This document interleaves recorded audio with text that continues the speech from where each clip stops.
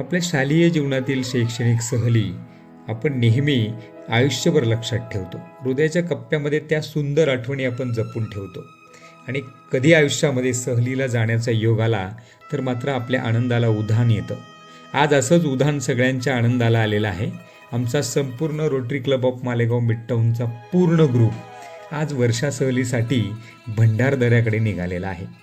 मित्रांनो, सहल म्हटले की आनंद, मजा आणि उत्साह, जणू आपलं बालपणच परत येतं. आणि तसंच आज आमच्या सगळ्या सदस्यांच्या चेहऱ्यावरती दिसत होतं. प्रत्येकाचा उत्साह हा काही वेगळाच होता. जणू ते त्यांच्या शाळेतल्या सहलीलाच चालले आहेत का असा अनुभव आम्हाला दिसत होता. प्रत्येकजण उत्साहाने गाडीमध्ये बसत होतं आणि प्रत्येकाचा आनंद हा काही वेगळाच होता. आम्ही सगळेजण गाडीमध्ये बसलो आणि बसल्यानंतर आता आमचा प्रवास निघाला होता भंडारदऱ्याच्या दिशेने. आमचे अध्यक्ष अगदी काळजीपूर्वक सगळ्यांची विचारपूस करत होते आणि मग असं एक एक सदस्य येऊन आमची संपूर्ण टीम गाडीमध्ये बसली आणि आम्ही आता भंडारदऱ्याकडे निघालो. जय श्रीराम, जय श्रीराम, जय श्रीराम, जय श्रीराम. याद करेगी दुनिया तेरा मेरा अफसाना.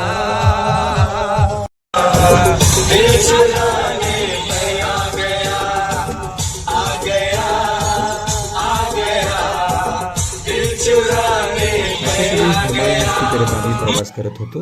आता आम्ही हॉटेल संस्कृती येथे नाश्त्यासाठी थांबलो. नाश्ता करत असताना एक गोष्ट लक्षात आली.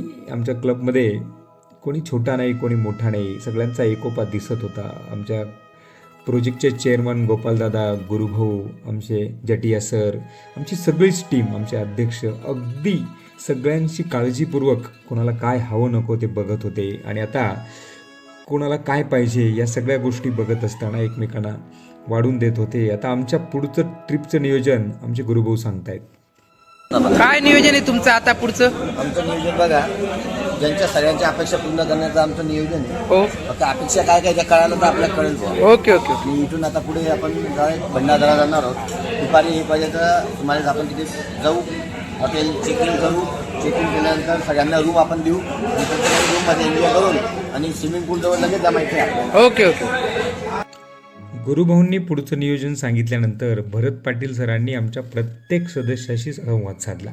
त्यांना मिसळीची चव कशी लागली, त्यांचं पुढचं नियोजन त्यांना आवडलं आहे का, सहली म्हणजे मजा येते का, अशा साऱ्या गोष्टी भरत पाटील सर आवर्जून सगळ्यांशी विचारत होते.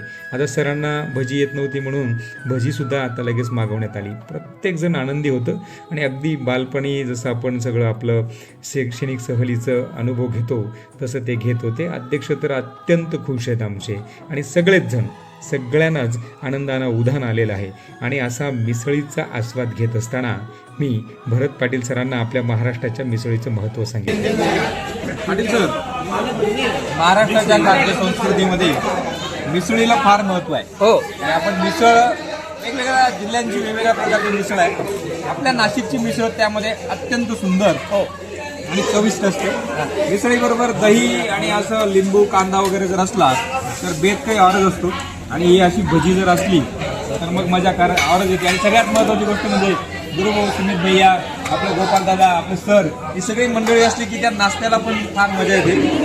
बघा, मित्रांचं प्रेम आणि ही महाराष्ट्राची खाद्य संस्कृती एकत्रित केली की मजा ही काही औरच येत असते.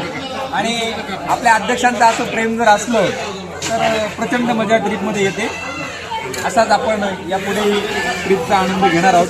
रामकृष्ण आहे. मस्तपैकी गरमागरम नाश्ता झाल्यानंतर हा वाफाळलेला चहा तुमचा आवडता आहे, बरोबर आहे की नाही? हा माझा आहे. चहा घेताना सर असं वाटते की बाहेरचं जे वातावरण गार आणि अशा गारव्यामध्ये असा गरम चहा पी, थंडी घालवण्यासारखा. थंडी घालवायची नाही, थंडी वाढवायची आहे आपल्याला. थंडी वाढणार तर भंडारदरा. येस, घ्या चहाचा आस्वाद घ्या. अशा वाफळलेल्या चहाचा आस्वाद घेत आम्ही इगतपुरी घोटीला मागे टाकून निघालो भंडारदऱ्याच्या दिशेने.